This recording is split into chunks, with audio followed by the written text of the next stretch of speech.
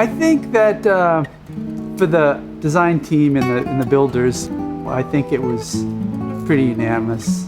We decided, we had a good idea and we were just going to go make one. Every player has a different thing that they like about a guitar. The traditional line, when that came on my radar, I knew that they were decidedly different. We wanted to create this slope-shouldered, large-bodied guitar along a traditional line that, had more of a direct, fundamental tone. Early on, I was really hoping that there would be something in that classic slope-shoulder vein that would turn into something traditional. I'm a fan of that shaped guitar. I own one I built in 1994, and it's still my go-to guitar.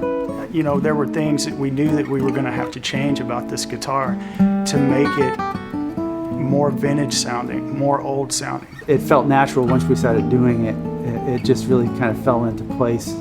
We all agree on it, and when we agree on it, we know it's a thing. And here we have it, the CJ-45.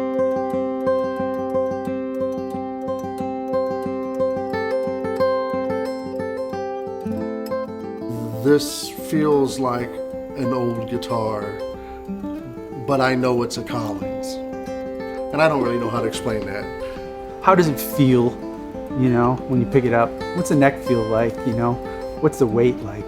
The thing that really initially drew me to it tonally was that really dry and focused mid-range. We, went through quite a few prototypes before we actually landed on this sound that we were looking for. It's the sound. It has a little bit quicker fall off and a little bit more fundamental in the note. So there's not as many overtones, there's more separation in the notes. It doesn't have as many overtones and harmonics to compete with the vocals.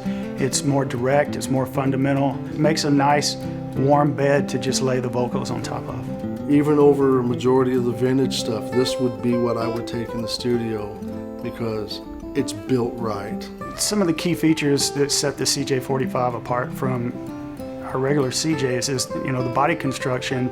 The back is totally different. It's more of a flat back. The neck construction harkens back to the old vintage slope-shouldered guitars. One of the features to the neck that makes the guitar different is a rosewood fingerboard, and it adds a certain warmth to the guitar. Feel and playability, there's a straight 12 radius on the fingerboard. The top bracing and the back bracing are both different dimensionally than anything else we make. We wanted this guitar to look the way it sounds, so Sunburst was the obvious choice. This guitar is completely different. It may look similar in appearance, but it's a totally different animal. I'm personally excited about the CJ-45 because it's such a different project for Collings guitars. It'll be fun to see what we come up with in the future. Everybody talks about what the golden age of the great guitars were. Personally, I think we're living in the next wave of golden age guitars, and I think that's part of the charm of the guitars that Collings is making. They're going to go on and they're going to become great legacy instruments, and 40 and 50 and 60 years from now they'll still be able to be played because they were built right the first time.